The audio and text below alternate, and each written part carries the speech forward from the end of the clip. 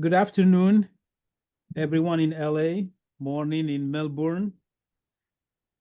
I am Omar Boum, Professor of Anthropology, History, and Near Eastern Languages and Cultures at UCLA, and the Maurice Amado Chair in Sephardic Studies.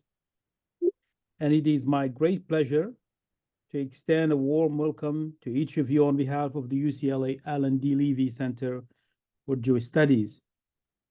Today, we are honored to present a virtual book conversation featuring Dr. Julie Kalman about her recently published book titled The Kings of Algiers, How Two Jewish Families Shaped the Mediterranean World During the Napoleonic Wars and Beyond.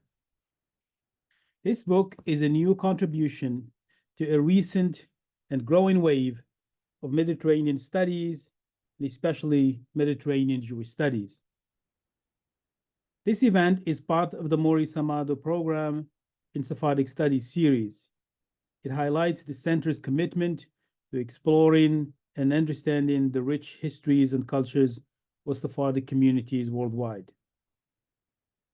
On June 28, 1805, in the port of Algiers, a pivotal event unfolded with the assassination of Napoleon Busnach, a member of the prominent Bakri family, trading Jews in the Regency of Algiers.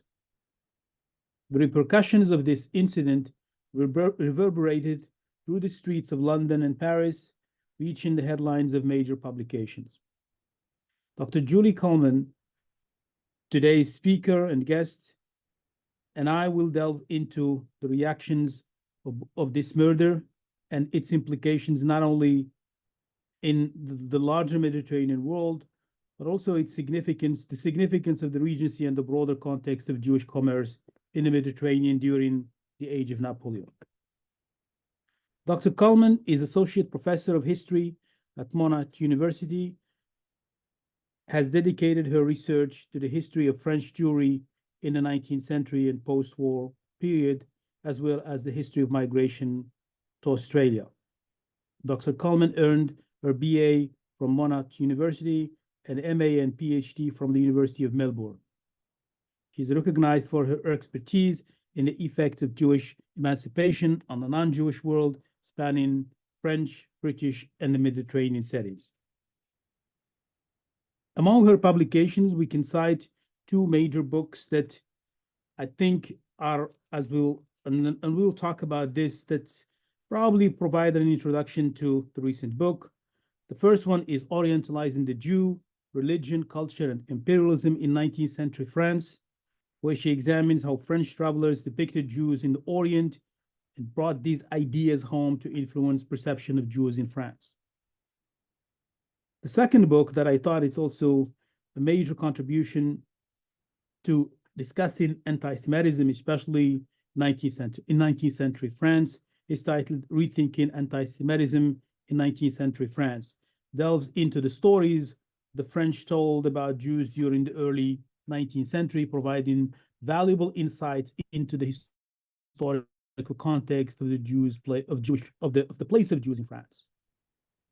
Today, we will have a conversation about a case study of a family, and we'll try to figure out and understand how this family history, especially from a commercial perspective, brought together different parts of the Mediterranean and even the Atlantic. It's my pleasure to welcome Dr. Julie Kalman. Welcome to UCLA, at least virtually. And I'll start by asking my first question about what is this book about? If you can summarize it, what is The Kings of Algiers about? Well, thank you very much, Omar, and thank you to the to UCLA and the Leve Center for this invitation. Essentially, the book is about a way of accessing a history of competitive imperialism. But my drive as a historian, what drives me is really placing Jews into the histories where they belong, basically allowing them to interact with broader histories in the way that they did at the time. And these are the two, I think, the two forces that are driving this book. So at the center, what you have is the story of this trading family, the Bakri Busnach family, who reached extraordinary heights during the Revolutionary and Napoleonic Wars. And what they allow us to do, the perception of their power and their renown, what it allows us to do is to access a story whereby French and British and US and Spanish and Danish and Swedish consuls in Algiers understood what they could achieve in terms of imperial designs and desires, both in terms of the Bacris and in terms of the contests that they had with one another. That's great. So before we get to the specifics of this book, I want to ask you a question about how do you place this story and the research you have done in the larger history of Mediterranean Jewish studies, going back to the work that Goentine did, the work that Julia Clancy-Smith did, but outside of Jewish studies, the work that Sarah Stein, Joshua Schreier, and Daniel Schroeter did. I see that there is a complementarity here and there is an engagement with the literature. So if you can, but you're dealing with a different period. Definitely you're dealing with a different period than some of these scholars have approached their own topic or their own subject. So how do you see this? What does it add to our understanding of this larger Mediterranean world? It's very much inspired, I would say, by Sarah Stein's work in showing what sort of possibilities we get when we find Jews in spaces where the historiography has been blind to them. Mm-hmm. It picks up on some of what Joshua Schreier has argued about the really centrality and importance of Jews in the processes of colonization. But as you say, this sets the story in an earlier period when nobody knew, and the French didn't know that they were ultimately going to colonize Algiers. They were simply in intense competition, especially with Britain, but also with anyone who allied with Britain, so later, of course, with Spain, in trying to access what it was that they needed from the Regency, which was essentially wheat, but also an end to or control of corsairing. Mm-hmm. So where this book then differs, and I think what it offers, mm-hmm, is a story where we sort of complicate what has traditionally been a fairly easy narrative of colonization, where we show a couple of things. That, first of all, the French were stymied in many ways. Mm-hmm. It wasn't the kind of easy story of just getting there and doing. And picking up on what Joshua Schreier has argued, I think that actually this is not a triumphal moment. And I guess this is something that it also speaks to with the broader history of Mediterranean Jewry. Mm-hmm. It's not a triumphal moment for Mediterranean Jewry. For the Bacris, it spells the end of what it is they're able to achieve, because it replaces one regime where they could access this kind of power with another where they can't. So this idea that, and it's an old historiography that says that colonization brings civilization and emancipation to Jews in Algiers. Actually, it's a much more complex story. And I think in all of that, Daniel Schroeder's work was incredibly important because he really was the first to start to explore how important Jewish traders were. And I was really very much inspired by his history of Maknin in Morocco.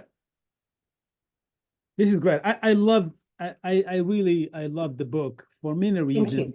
And I think partly because one of the things that I really appreciated about this book, and I also appreciate about some of the books that you and some of these scholars that you mentioned in your answer, is the way you allow us as readers to go from one place to another and back and forth across the Mediterranean. But I know it's easy when you sit and read, but I know the pain and the struggle that you have to go through looking at the archives. So before we get to the detail about who are the Bakris and why the Regency, why and how you place them in your earlier, how you place this story in your earlier work on Orientalizing the Jew, I want you to inform our listeners about what kind of archives you were able to look at as you did this work, and what are the struggles, and where do you see where do you see potential for other peoples to come and pick on other elements of this story? Because I can probably say that there are a lot of other archives that are out there somewhere in homes and places that we don't know about. And I've seen that in the work of, just to tell you an anecdote, I've seen this in the work of Joshua Schreier. I was once in Paris I went with Daniel Schroeder, actually. We were in one of the homes of a Jewish family in Paris. And then I can see Joshua's book sitting on a table just by itself. And then as an anthropologist, I had this curiosity to say why that book is sitting there, and Joshua's book in particular. And then the guy I asked him at the end of the dinner, I said, why do you have this book in this place in your home, sitting by itself, and then well positioned? And he said, well, this is a book, this is the story. The book is about my great-grandfather. And I said, whoa. And then he said, I've been looking for the author for years because we have boxes and boxes of material that he never looked at, including photographs I wish he had used more photographs in the book. So I want you to tell us about how you were able to construct this story and what kind of material archives you were able to look at. So in one sense, this is, I guess, part of what you might think of as the new diplomatic history, in that much of this is based on the correspondence of the consuls present in Algiers. So I went into archives, like national archives in different countries, to find that correspondence. And I read, I think there's a perception perhaps of the old diplomatic history that this is dull reading, and actually it's quite the opposite. They come as fully formed personalities, and they perform their role to their superiors, but at the same time, they're recounting stories. They're telling them what's happening. So I read decades, thousands of pages of consular correspondence. It's also, I mean, there's a fascinating sort of product of this, which is the way different countries organize. Think about the logical organization of such correspondence. The French very helpfully had the responses of ministers included, interspersed. The British correspondents did not. But I also think that that's probably a function of a retrospective sense of what was important and what mattered. There's a really wonderful historian called Françoise Hildesheimer, who was an archivist, who wrote a biography of Richelieu, but she just happened to be the archivist at the departmental archives of the Bouches-du-Rhône, so in Marseille, and published one article about the Bakris. And through this article and through contact with her, what I found was that the youngest Bakri brother who had been sent to France had a book of about 500 business letters and family letters that had found their way into the departmental archive. Amazing. And this is a wonderful resource. Mm-hmm. And the other place, another brother went to Livorno, and they pop up. Because he became prominent in the community, he pops up. So there was a great deal of detective work mm-hmm. that I had to do. On the other hand, I had some correspondence with a young woman in France recently because I was looking for a research assistant to do something specific for me. And after a couple of emails, she wrote back to me very excited because she'd seen in my email signature the book. And she said, my best friend is a Bakri. Yeah. So we know that there are Bakri descendants in France. There's an actor called Jean-Pierre Bakri, who is a descendant of the family. And there was a satirical journalist who wrote for the Le Canard Enchaîné, the satirical newspaper, called Roland Bakri, who passed away some 10 years ago.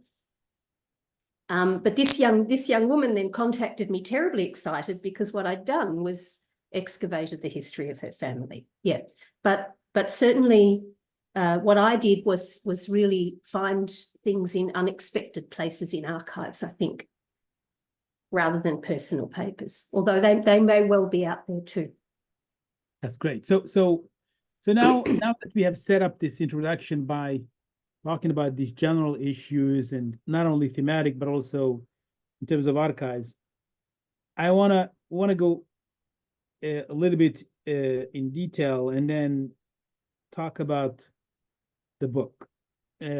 So let's, if you don't mind, can you introduce our listeners to the protagonist of the book? Who are the Bakris? Sure. So the Bakris were a family of trading, we call them trading Jews who lived in Algiers. Mm-hmm. We don't know whether they were Sephardic Jews or descendants of Arab, what we call Arab Jews, Jews who had come to settle in North Africa when the Romans came there. Mm-hmm. And there's some confusion because in the late 16th century, they went to Livorno and settled there after they were invited by the local Medici count who wanted to develop trade, and stayed there for a couple of centuries and did well, and then moved back to Algiers and then were seen as Livornese and therefore had this status where they were allowed to trade. But at the same time, they wrote to one another in Judeo-Arabic. I had the most extraordinary job of finding someone in the world who could decrypt these letters, because when they really had something to say to one another, they wrote in Judeo-Arabic. Wow. And so this is the language of the Arab Jews. So this is really unclear. And Busnach, which is Busnach, is an Arab name. So we can't say for certain what they were. What we can say is that it's a kind of Rothschild situation where you had 5 brothers who set themselves up in business. Naphtali Busnach was a nephew, the son of an unnamed sister, and women remain generally unnamed in this history. Yes. So the 5 brothers were Mordecai, Abraham, Joseph,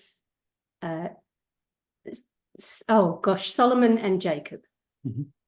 And they positioned themselves around the Mediterranean. Jacob was sent to Marseille. Solomon went to Livorno. Abraham traveled around. He was a kind of fixer. Mordecai was the eldest and died fairly early before the family really came to prominence. And Joseph was the fixer with his nephew Naphtali in Algiers. So can I? So this is really interesting because from this positioning that you talk about, and as far as the different members of the family, you're raising a question, or you're raising a theme of citizenship, okay, and intermediary here, political and cultural. And I know I've read I had to go back and read Orientalizing the Jew, because you have a chapter about the in the book about the family. And my question has to do, why do you place the family in the first book, in the book Orientalizing the Jew? I know that it highlights something about how this family represents some Jews, or probably all Jews in France, as far as these people who are conceptualized in a certain way within France at the particular moment of its history, and also they are thought of to be for the service of France, Greater France in general. So how do you navigate or interpret? How do you interpret this positionality of these families around the Mediterranean, and how they are connected to France in general? Well, for me, this is a history of perceptions, and the sources can't be read as any kind of statement of fact. They have to be read as performance. And what was really fascinating to me as a cultural historian is what the Bakris meant to French representatives. Mm-hmm. Of course, the Bakris have for a very long time been part of the story of the French decision to invade Algiers, because in 1827, the French consul goes to meet with the Dey, or the ruler of Algiers, at the end of Ramadan, and the Dey becomes so infuriated with what he sees as the consul's insolence that he slaps him around the face with the fly swat. And this is the diplomatic incident that then in the neat historiography, which David Todd has so neatly kind of unpicked, leads to the invasion. But what the dispute was about was the fact that the Bakris had been supplying wheat to France on credit. France was very deeply in debt. They had paid the debt. It took some 2 decades, but they paid the debt. And the youngest remaining brother, Jacob, made off with the money.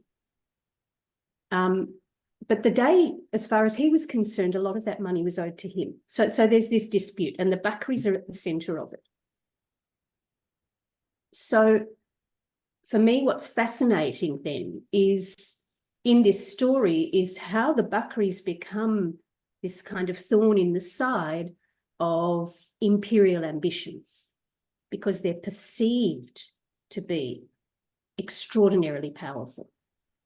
And so that for me is how I understand. I understand that I can't, again, we can't know exactly how powerful they were. And the fact that 2 of them were summarily killed in Algiers suggests that perhaps they weren't as powerful as they were understood to be. But this, for me, is what's interesting about them. No, I think I see that the case that you're presenting here, in some way, represents a lot of cases. I think you see examples in Boyntine work. You see also examples in the recent book that Jessica Margaret published, the Shamama case. So I think I totally think your answer makes a lot of sense, but I still want to our listener to understand, at least in reality, how this mediation, or the intermediary Mediterranean Jewish merchants. How did it work? What kind of logistics of it? The reality of it between from Algiers to France to Italy and so on and so forth. Well, the Bakris were for a long time, were very good businessmen. They were agile. And to do business in the Mediterranean, you had to be agile. You had to keep track of a dizzying kind of array of different forms of doing business, of different types of money, of different shipping laws, of who was at war with whom and who might be caught by corsairs. They try all the tricks. They fly the flag. They have a kind of collection of flags, and they fly whatever flag on their ships. This is the one that they think is going to get them to where they need the wheat. They want the wheat to go, or whatever it is they're trading. But they also, I think, and this is key, and a message that I hope comes through in the book, they're able to really take advantage of a system and a regime in Algiers that allows them to take full advantage of their agility as businessmen. Can you, sorry to stop you, can you say a little bit, just for the sake, for our readers, our listeners to understand this, can you say a little bit about the Regency of Algiers? What is, sure. Can you define it a little bit, and because I think that will allow us to see this big picture that you're talking about. Yes. The Regency of Algiers was nominally part of the Ottoman Empire. It was a semi-autonomous regency. It's right on the western edge of the Ottoman Empire. It has a janissary force, so Ottoman soldiers stationed in Algiers, and the rule of the day would be appointed externally, so not, for example, like the neighbouring regencies where there would be a kind of dynasty of days. In Algiers, days would be appointed. But other than that, they had a certain amount of autonomy. It's a system where, as throughout the whole Ottoman Empire, there's a sense in which that, to an extent, Jews can be trusted as intermediaries because they're not Christians who will betray you to the infidels across the Mediterranean, and they're not Muslims who would potentially try to usurp you and kill you and take your place. So this allowed a certain amount of leverage.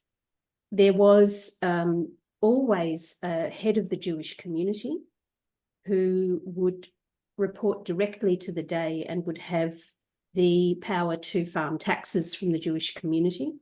And this is the position that all the trading Jews coveted above all else, because once you had access to the Dey, then you could get advantages like, for example, the monopoly over the wheat trade and cutting the Dey in as your business partner and getting all sorts of advantages.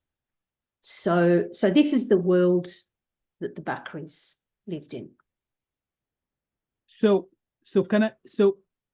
in this world,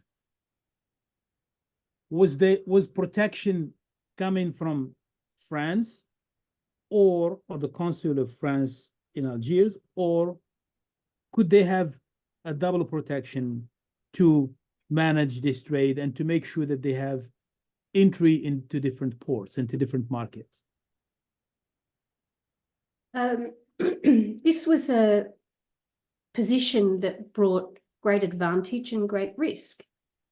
So we saw that, and Jews had dhimmi status, which meant that they were a tolerated people of the book. I think it might have been Goiten's wonderful phrase about this being observed more in the breach than in practice. Most of the time they were okay, but then every so often things could go very wrong. So this is a position of great risk, and they play with that risk. They play with it.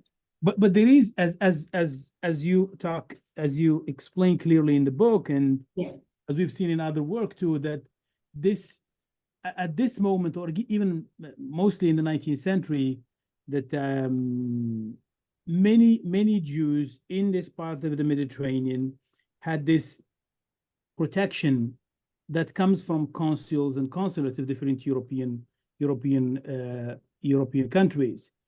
So you have now some form of a clash between the dhimmi status, which has its own protection laws, and the consular protection, which has its own. This is a unique case. The Bakri's case I think is unique. If you can talk a little bit about how do you navigate, do they go back between this dhimmi protection and the consular protection, or were they at a moment where their protection was mostly coming from the consuls of the French consul in Algeria? Because here, the reason why I'm asking, I want to ask another question based on this, because it has to do with the question of to what extent this case, the protection case, will allow for, quote unquote, the invasion of Algeria at some point. You mean consular protection? Consular protection, yeah. Yeah. Consular protection could be effective at times, and it was when, after Naphtali Busnach was murdered by a janissary, and then the janissaries basically forced the Dey to allow them to launch what we might take an East European word to describe an East European phenomenon and plop it in the Mediterranean, a pogrom against the Jewish community.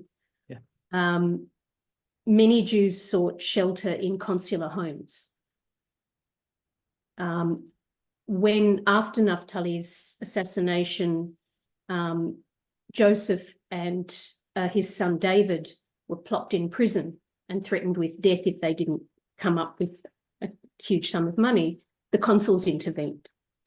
I think the question is more, when did the consuls want to protect and when did they not want to? Because the French consul, the French and the British saw the Bacris as so much a thorn in their side, in their ambitions, that they didn't always want to protect them. Yeah. So do you? So that's the I guess that's for me the more interesting question in a way. I think you're up to something really interesting here, because here, for me, do you think at some point the French and the British saw that the Bakri, and probably this is a view of other European empires or other European countries at the time in the Mediterranean, they saw certain families getting so powerful that they become a danger to these governments. So they would rather go with these families being taken out of the market than partner with them. Is that something that you're alluding to here? Yes.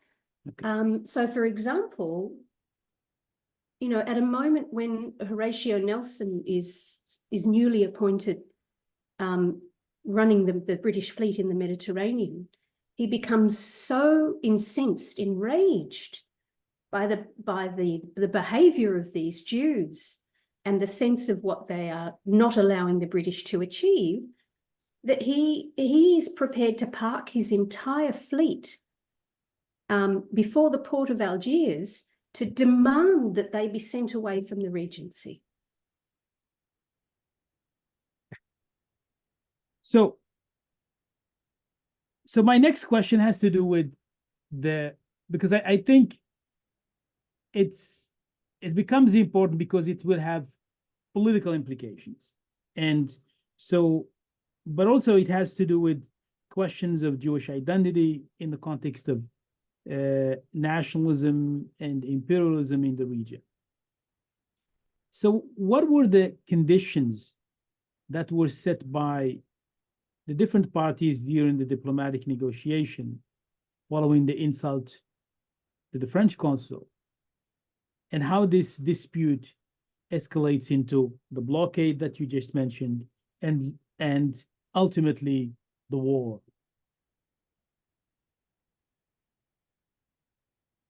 Well, where the Bakris are in all of that and how they see themselves. And this is, again, for me, what's interesting here is that on the one hand, the consuls really misunderstand how systems of power and access work in the Regency. But the Bakris equally misunderstand how the rule of law, for example, works in places like France and Britain. So as France is invading, and that's a process, they are basically trying to swap. The day's gone, so here's the ruling general, and we just work with him like we worked with the day. And that works to some extent. The French use Jacob Bacri's country house. They appoint him head of the Jewish community. He keeps on with, Jacob is particularly corrupt. He keeps on with his corruption. But once the French implant themselves in Algiers, the Bakris cannot work with that regime as they did. And they begin to, they maintain the role of intermediary, which is really interesting. They pop up as interpreters and guides, but it's a different sort of intermediary role. So do you think, so what are the, I don't think you, this is something I would love to hear more about from you, because I didn't see a lot of it in the book. So what are the implications of this case on the Jewish community of Algeria and North Africa in particular? Were there reverberations? I think the book does really an excellent job by allowing how, or at least describing and clearly laying out how the case plays out in different capitals as well as in the port cities. But what about the interior? What were the implications of these cases on the ground on other members of the Jewish communities, especially in Algiers? Across the period that I look at, well, first of all, as you said, the Bakris are unique. Yeah. And we're really limited in the extent to which we can generalize from them. And I think James McDougall has a lovely introductory chapter in his History of Algeria, where he talks about the Jewish community. And of course, then Sarah Stein has done that work on the Mzabi community. And I think there's an extent to which we have to think about this as communities, and even in Algiers itself, because the majority of the Jewish community in Algiers was generally poor, and they worked trades. And there's this elite minority, privileged minority, that are allowed to trade. And that's where the Bakris belong. And there's great resentment against them from the rest of the community. So I think, if anything, what they show us is that we can't generalize. We can't generalize in terms of geography, and we can't even generalize about a community in one particular place, because these are complex communities that don't necessarily see themselves as a community even. Beyond that, I think the Bakris serve one particular purpose in terms of what it lets me do with the historiography. In another sense, I can't generalize from them, not even in terms of what trading Jews could do. They're just one example who happen to be significant in a history of competitive imperialism.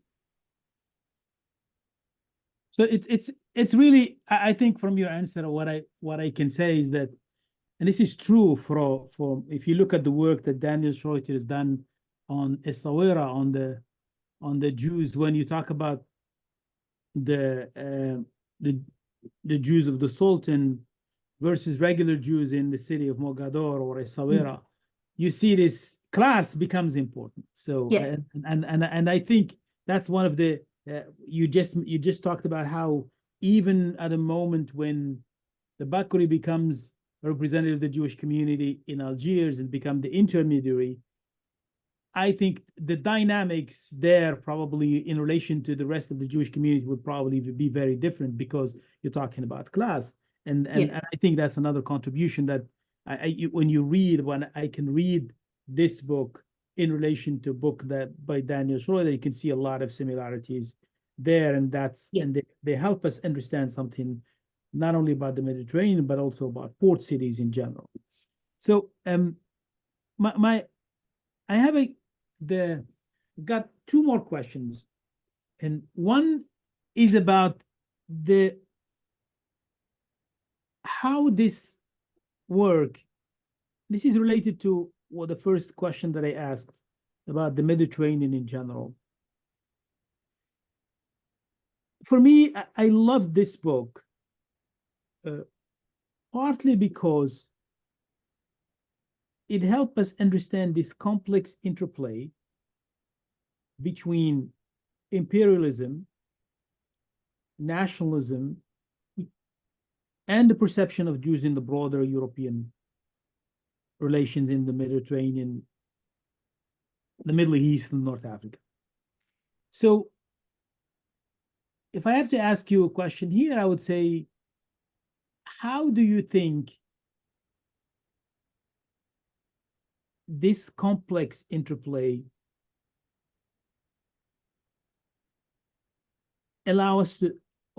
lead us to define Jews in this context?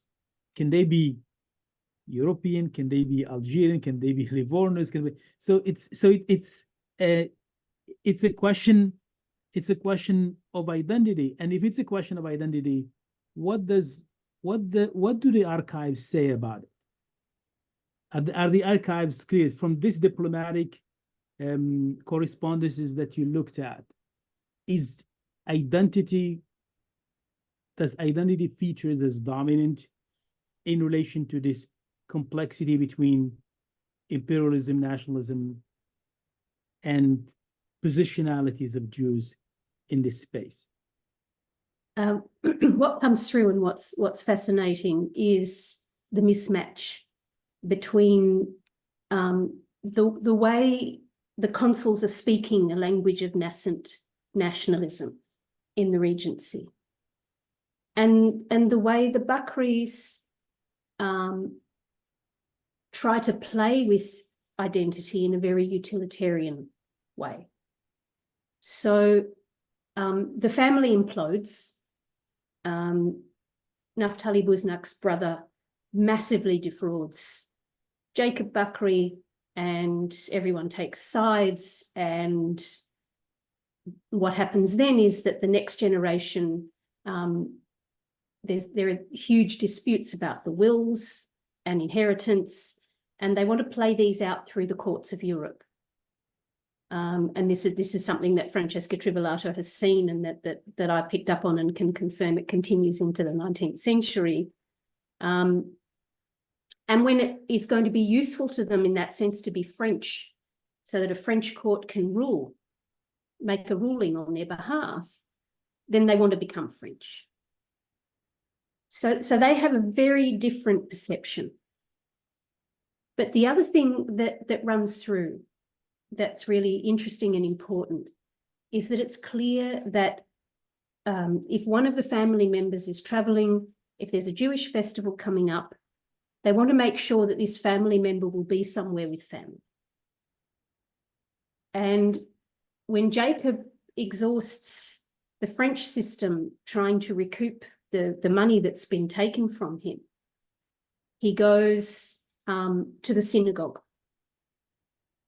and tries to get the Kolbo harem, so a risk of a threat of disenfranchisement against his defrauder.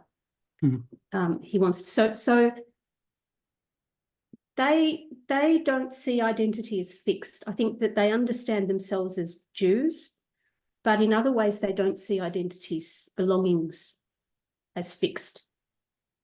There's a fascinating letter which didn't make it into the book from a group of Livonese Jews in the around 1819, writing to the French regime, making a claim to be cosmopolitans. And I will at some point do something with this, but on this basis, then wanting to claim all sorts of rights in the Mediterranean.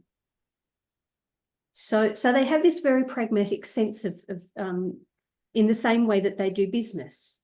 You do what you have to do when it suits you, when it's going to be to your advantage. And they have that same attitude to nations and national belonging. So, but in the midst of all of these things, one of the things, and you correct me if I'm wrong, one of the tropes that still comes up, whether clearly or just in between the lines, is that there is still this feeling that the family, the Bakris, are still Oriental in the minds of, or at least from what you described through this diplomatic, the way you analyze this diplomatic course, especially later on, at least once we have the debt crisis and all of these things, you still see element there that this identity still goes back to Orientalizing the Jew that you talk about. So even after I think this book really, and I don't know if this is something you had in mind, this book to some extent really makes it clear, and that's why from what I got, especially at some moment, I don't remember exactly the page, but you have this when you talk about these difficult relationships. I think there is a discussion here when you talk about the difficult relationships.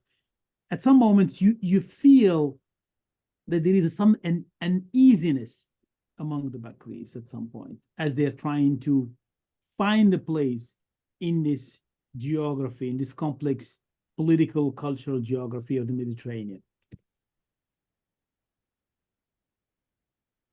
So it's just, for me, it's a comment. It's not. It's more of a comment than a question. It's not only, which makes me here think about, it's not only about the politics of imperialism, the politics of nationalism, but also there is still, from a cultural perspective, there is still within these politics, there is still, I think, Orientalism to some extent features out as something, is orientalizing the Jew, who in some way had a connection to Europe. It has a connection to France, to the Great Britain, to the UK or to Britain, but it's still different. Yeah, when they start to really make a pest of themselves, arguing over the inheritance, and get the governments that Spain, that I mean, I detail it in the book. They bring the day on side. There's extraordinary threats against Spain that they're going to basically expel the consul if Spain doesn't take responsibility for the inheritance. And then what you see in the correspondence is it's a question, right? The Bakris are endlessly frustrating and irritating and annoying. Is that because they're Jews? Is that because they're quote unquote Oriental? Or is that because they're Oriental Jews? And part of, in a sense, the way they answer that question, the way they perceive who the Bakris are, says something about themselves and the way they understand the place of Jews within this developing sense of nationalism. So I usually ask a question about when we have a book conversation, and then where to go from here. So if you can say a little bit about what is your next project, and does it build on, if there is a next project, does it build on this beautiful book that I would love to, I really appreciate the work you've done here. Thank you. And I think you really add in another layer, another brick to something that's being now built, and then we have more and more work. And I would love to, this is a book definitely that needs to be translated into Arabic. I think you will find a really good readership in that part of the Mediterranean for a book like this. Well, from your mouth to the publisher's ear, if I can say, but there is a lot more work to do. And, you know, there's new and exciting work about the US in the Mediterranean, Lawrence Peskin, Sylvia Mazzagalli. There's a lot more to do there, beyond the old Decatur and the shores of Tripoli. There's a whole history of America out in the world, you know, as a new nation.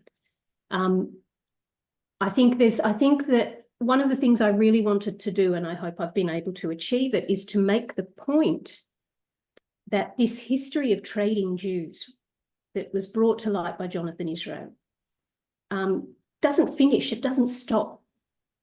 We have to take seriously people like the Bacris.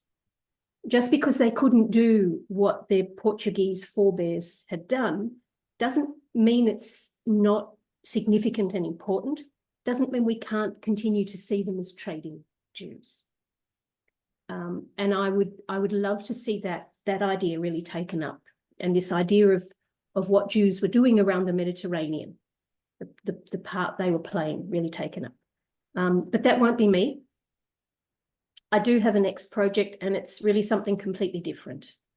But it's comes out of a long, deep fascination that I've had with the Asterix comic book series. I didn't want to ask, and that's why that's just a lead question, because I knew that I've read something about this project that you're working on. I would love to hear more about it. Yeah. No.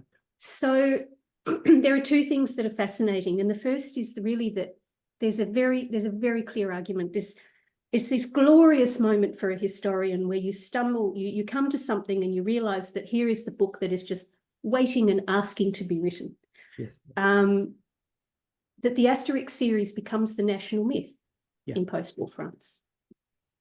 So it's really a history of the 60s and 70s, the so-called 30 glorious years, the Temps Glorieux.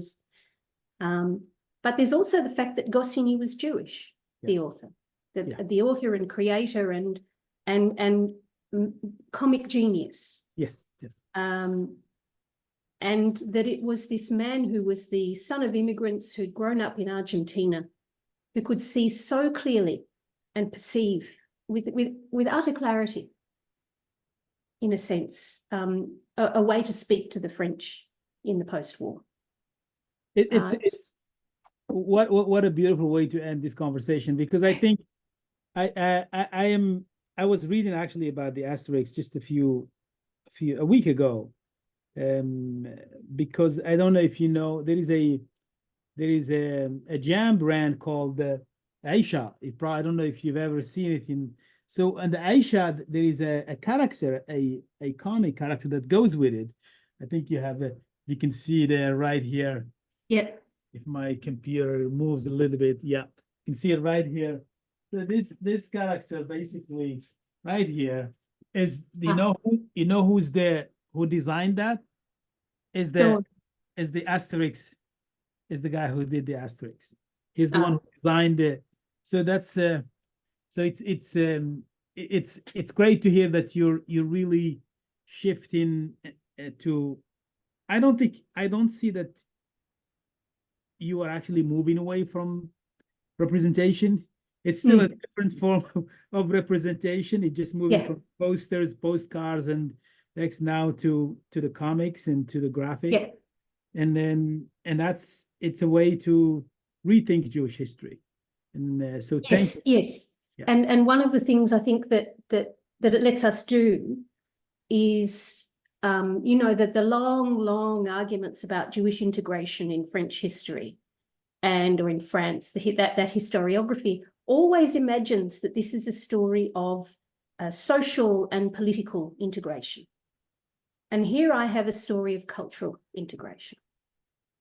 And that opens up, I think, hopefully, something for us to think about this differently. That's a historiography that's kind of run out of things to say, but actually I think that there is something else to say. Thank you so much, Julie. I'm really, as much as I'm excited about the Kings of Algiers, I'll be more excited about your upcoming project. And it's been a great to talk to you about the book. And once again, for all the listeners, if you go and buy the book, it's a good read. It's a very clear read, well written, beautifully written. So thanks for being here, and I will hopefully see you in person in the future. Yes, that would be lovely. And thank you, Aomar. It's been a joy, a real pleasure. Thank you. Thank you.